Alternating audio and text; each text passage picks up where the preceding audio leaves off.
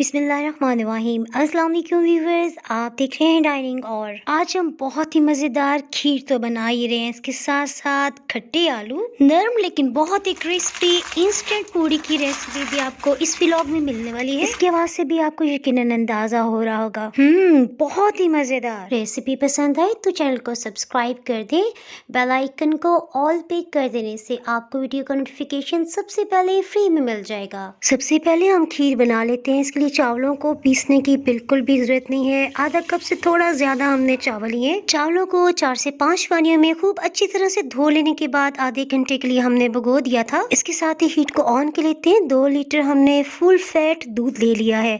आधा लीटर इसमें मजीद पानी शामिल कर रहे हैं। चावलों को भीगे हुए आधा घंटा हो चुका है, सो चावलों का हमने पानी तो अलग कर लिया था और भीगे हुए चावलों को इसमें शामिल कर रहे हैं। एक दफा अच्छी तरह से मिक्सअप कर लेते हैं। दूध बॉइलिंग पॉइंट पे आ गया है, सो लकड़ी का चम्मच इसमें रखते हुए हीट को लो कर दिया है। ढक्कन से कवर कर देते हैं। खीर के जायके को बढ़ाने के लिए हम एक कैरेमल तैयार कर रहे हैं। इसके लिए हमने 1 कप चीनी ली है। चीनी को पिघलाने के लिए पहले 4 मिनट तक हम हीट को मीडियम लो रख रहे हैं। उसके बाद और जैसे ही देखे ना कि इसमें हल्की हल्की चीनी पिघलने लगी है, सो हीट को लो करते हुए अब लगातार चम्मच चलाएंगे ताकि चीनी पे यकसा कलर आए और एक जैसी पिघल सके। इसी टाइम के दौरान हमने 5 से 6 सब्ज इलायचियों को छिलके इसमें पीस लिया है। जैसे देखे ना ये पिघल गई, इसमें 1 कप पानी शामिल कर दे। इसमें मैं आपको टिप देती चलूं, इस स्टेज पे आपने कैरेमल को ज्यादा नहीं पकाना, वरना खीर या हलवा आप जो भी बनाएंगे ना उसमें कड़वाहट आ सकती है। अल्लाह ताला मेरी अम्मी जान की मगफरत करे। 27 रमजान को वो खुसूसी दुआओं और नवाफिल के साथ साथ बच्चों के लिए स्पेशली सहरी या इफ्तारी में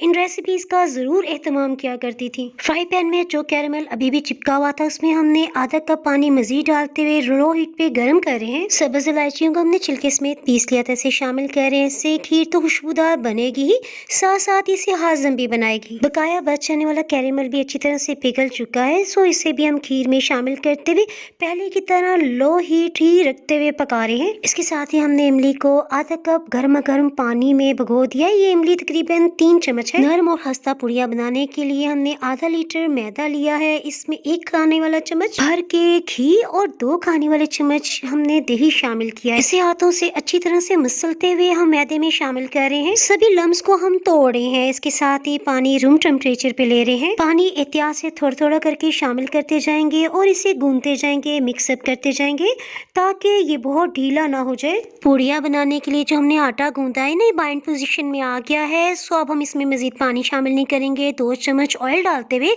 हम गूंद रहे हैं, यानी पानी का हाथ बिल्कुल भी नहीं लगाना। पूड़िया बनाने के लिए ना तो आटा बहुत ढीला रखना है और ना ही बहुत सख्त। गूंदे हुए आटे को हम आधे घंटे के लिए रेस्ट दे रहे हैं, सो इसे कवर करके रख दिया है। अब हम खट्टे आलू बना लेते हैं। इसके लिए 1.5 लीटर पानी लिया है। मसालों में 1 चाय की चम्मच लाल मिर्च पाउडर, आधी चाय की चम्मच जीरा, 1 चाय की चम्मच नमक और हल्दी पाउडर आधी चाय की चम्मच से थोड़ा कम रखा है। इसे पानी में शामिल कर देते हैं। ऑयल आधा कप इसमें डाल दिया है। पूड़ियों के साथ ये खट्टे आलू बहुत मजे के लगते हैं और झटपट से बन जाते हैं। आधा किलो आलूओं को अच्छी तरह से धो लेने के बाद छिलका उतारते हमने छोटे पीसेस में काट लिया है। आलू की इस रेसिपी में आलू को सौते करने की बिल्कुल भी जरूरत नहीं है, डायरेक्ट आप बस पानी में शामिल करें, इसे मिक्सअप करें और जैसे इसमें उबाल आया ना, हमने ढक्कन से कवर करते हुए हीट को लो कर दिया। बिल्कुल कम हीट पे खीर को पकते हुए 1 घंटा हो चुका है, सो अब हम इसे चेक कर लेते हैं। लो हीट की वजह से चावल खूब अच्छी तरह से गल चुके हैं, अब खुद बहुत से टूट रहे हैं। पैन के किनारों के साथ साथ जो दूध जमा हुआ लगा है, हम उसे भी उतारते हुए इसमें मिक्स करते जा रहे हैं। साथ साथ हम चम्मच से इसे मैश भी कर रहे हैं। खीर आहिस्ता आहिस्ता गाढ़ी होती जा रही है, सो वक्फे वक्फे से चम्मच चलाना बहुत जरूरी है। टाइम की बचत के लिए हम पूड़ियों के लिए पेड़े भी बना लेते हैं।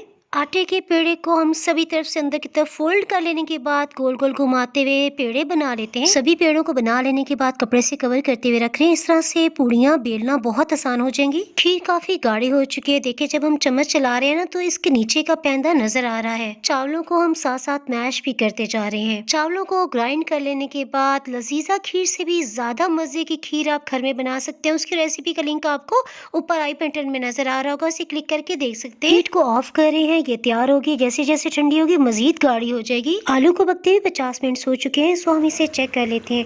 देखिए आलू तो खूब अच्छी तरह से गल चुके हैं, सो अब हम चम्मच से इसे मैश करते जा रहे हैं। इसी से सालन में गाढ़ापन आएगा। इमली भी पानी में भीग के खूब नरम हो चुकी है, सो हम इसे इस तरह से मसल के इसके गूदे को लग कर रहे हैं। इमली की गुठलियों को लग करने के लिए आप मोटी सुराख वाली छलनी का इस्तेमाल भी कर सकते हैं। अब हम अच्छी तरह से मिक्स करने के साथ साथ हीट को मीडियम कर रहे हैं ताकि आलू में मौजूद पानी खुश्क हो जाए। इस स्टेज पे हम कसूरी मेथी 1 खाने वाला चम्मच शामिल कर रहे हैं। चम्मच चलाते हुए साथ साथ हम आलूओं को भी मैश करते जा रहे हैं। इस तरह से मैश करने की वजह से कुछ आलू साबुत रहेंगे और कुछ बिल्कुल घुल जाएंगे। परफेक्ट। जैसे जैसे आलू तैयार होंगे ना, ऑयल ऊपर की सतह पे आने लग जाएगा। 1 खाने वाला चम्मच हम इसमें अधकुटा खुश्क धनिया शामिल करते हुए अच्छी तरह से मिक्स कर रहे हैं। घर के जो फैमिली मेंबर्स कम मसाला पसंद करते हैं, कम मिर्ची पसंद करते हैं, उनके लिए हम अलग से निकाल रहे हैं। और बकाया सालन को थोड़ा सा चटपटा बनाने के लिए अब हम हरी मिर्ची ले रहे हैं। हरी मिर्चियों की डंडल को अलग कर लेने के बाद इसे दरमियान में आर पार कट लगाते हुए 4 हरी मिर्चियों को चॉप कर लिया है। ये तो मैं अमूमन आपको अपनी हर रेसिपी में बताती हूँ ना कि जब सालन तैयार होने में सिर्फ 2 मिनट रहते हो तभी आपने हरी मिर्च शामिल करना है, इससे इसका फ्लेवर कायम रहेगा। वरना और अगर हरी मिर्च को ज्यादा देर पकाया जाए तो इसका एक स्पेशल टेस्ट होता है, वो खत्म हो जाता है। इफ्तार में 1 घंटा रहता है। सो हम पूड़ियाँ बनाने के लिए पेड़े को बेलने लगे हैं। इसमें मैं आपको टिप देती चलूँ, जितना कम से कम आप मैदा इस्तेमाल करेंगे ना, उसी कदर आपका ऑयल बिल्कुल साफ रहेगा। मुनासिब साइज की रोटी बेल लेने के बाद अब हम नेक्स्ट इसे दोनों हाथों में लेते हुए फैला रहे हैं ताकि इस पे जो भी एक्स्ट्रा मैदा लगा हुआ है ना वो उतर जाए। बेली हुई रोटी को दोनों हाथों में लेते हुए एहतियात से हम कढ़ाई में डाल रहे हैं कि ऑयल उड़ के आपके हाथों पे या कपड़ों पे बिल्कुल भी ना गिरे। पूड़ियाँ फ्राई करने के लिए ऑयल जितना ज्यादा गर्म होगा उतनी ही पूड़ी खस्ता और नरम बनेगी। पूड़ियाँ फ्राई करने के लिए हमेशा ऑयल को मीडियम हाई पे रखें और चम्मच से थोड़ा थोड़ा ऑयल जब आप इस पे डालेंगे ना तो इंशाल्लाह ये बहुत अच्छी फूल जाएगी। हलवाई स्टाइल पूड़ी बनाने के लिए जरूरी है कि आप इनकी दोनों तरफ खूब अच्छी सुनहरी रंगत आने दें। आपको डाइनिंग आर पे छोले भटूरे के साथ साथ पूड़ी पराठे की रेसिपी भी मिल जाएगी। अगर आप वो रेसिपीज देखना चाहें तो डिस्क्रिप्शन बॉक्स में मैं इनका लिंक ऐड कर दूंगी, वहां से आप लिंक देख सकते हैं। 4 मगज वाली इमली की चटनी हमने पहले ही बना ली थी। उसके लिए हमने 1 कप गर्मा गर्म पानी में 4 चम्मच इमली को शामिल कर देने के बाद चटनी बनाने के लिए पैन में 2 कप पानी शामिल कर रहे हैं। इमली की खटास को बैलेंस करने के लिए 2 चम्मच गुड़ शामिल कर दिया है। मसालों में अदरक का पाउडर ये आधी चाय की चम्मच है, आधी चाय की चम्मच नमक और आधी ही चाय की चम्मच हमने चिली फ्लेक्स यानी अधकुटी लाल मिर्च शामिल की। 4 मगज को अच्छी तरह से छान लेने के बाद हमने धो लिया था। ये 2 खाने वाले चम्मच है। गर्म उबलते हुए पानी की वजह से इमली का गूदा बहुत जल्दी पानी में मिक्स हो गया है। सो इमली की गुठलियों को निकालते हुए हम ये इमली का पानी गुड़ और मसालों के पकते हुए पानी में शामिल कर रहे हैं। इमली की चटनी को गाढ़ा करने के लिए आधा कप पानी में हमने 1 चाय की चम्मच भर के कॉर्नफ्लावर शामिल कर लिए। इसे अच्छी तरह से मिक्स कर लेते हैं। जैसे इसमें को उबाल आया हमने हीट को लो कर दिया और गाढ़ा होने पे हीट को ऑफ कर दिया। जैसे जैसे ये चटनी ठंडी होगी ना ये मज़ीद गाढ़ी हो जाएगी। 4 मगज की वजह से इसकी फादियत और गजाइत में बहुत इजाफा हो जाता है। खट्टे आलू को हमेशा नान पूड़ी या पराठे के साथ सर्व किया जाता है, सो इसमें ऑयल की मिकदार कम रखी जाती है। खीर को तैयार हुए तकरीबन 3 घंटे हो चुके हैं और देखें कितनी गाढ़ी हो चुकी है। टाइम आ गया है इन्हें सर्व करने का। पूड़ी में आपको फोल्ड करके दिखाती हूँ। देखिए खस्ता होने के साथ साथ ये कितनी नरम भी है।